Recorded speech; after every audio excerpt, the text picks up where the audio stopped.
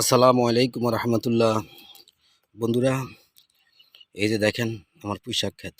এখন এই পুঁইশাকগুলো দেখেন আমি কদিন আগে এটা মাটিগুলো পরিষ্কার করছি, পরিষ্কার করে মাটিগুলো উর্বর করে দিছি গাছগুলো গোড়া থেকে। এই দেখেন যত জংলা টংলা ছিল সব পরিষ্কার করে দিয়ে গেছি। কিন্তু এখন ঘটনা হয়েছে এই যে শাকগুলা, এই শাকগুলো এই যে দেখেন অবস্থা দেখেন, এগুলা অনেক পাতাগুলো অনেক লম্বা লম্বা হয়ে গেছে গা। কিন্তু মজার বিষয় হলো যে এই গাছগুলোতে আছে না আপনার এই যে পাতাগুলা কেমন জানি হয়ে গেছে গা। এই যে দেখেন পাতাগুলোর অবস্থা কি। এখন এটার জন্য কি কোনো ওষুধ ব্যবহার করতে হবে নাকি এটা এমন হইলো কেন? আগে তো কখনো এমন হয়নি। প্রত্যেকটা পাতার ভিতরে দেখেন এই যে হালকা হালকা দাগ পড়ে গেছে গা।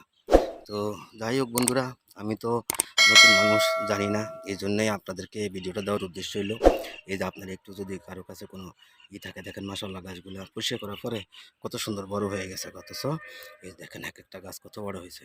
অথচ এই যে পাতার ভিতরে দেখেন টুকি টুকি দাগ পড়ে গেছে গা। এই দেখেন পাতার ভিতরে দাগ পড়ে গেছে গা। এই দেখেন কত লম্বা হয়েছে এক একটা।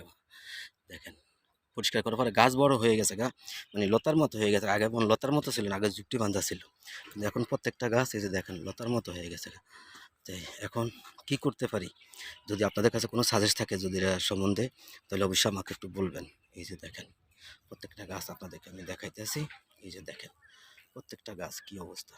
এই দেখেন গাছগুলো খুবই সুন্দর হয়েছে, কিন্তু এই যে পাতাগুলা কেমন জানি দেখেন হালকা হালকা স্পট পড়ে গেছে। এত সুন্দর গাছ, এত সুন্দর শাক, এই যে দেখেন পাতার কি অবস্থা। তো ঠিক আছে বন্ধুরা, আপনারা যদি আমার যদি আপনাদের কাছে কোনো সাজেস্ট থাকে অবশ্যই আমাকে সাজেস্ট করবেন আসলে কি করলে এই গাছগুলো সুন্দর হবে। আর কি বলবো, আজকের মতো রাখি।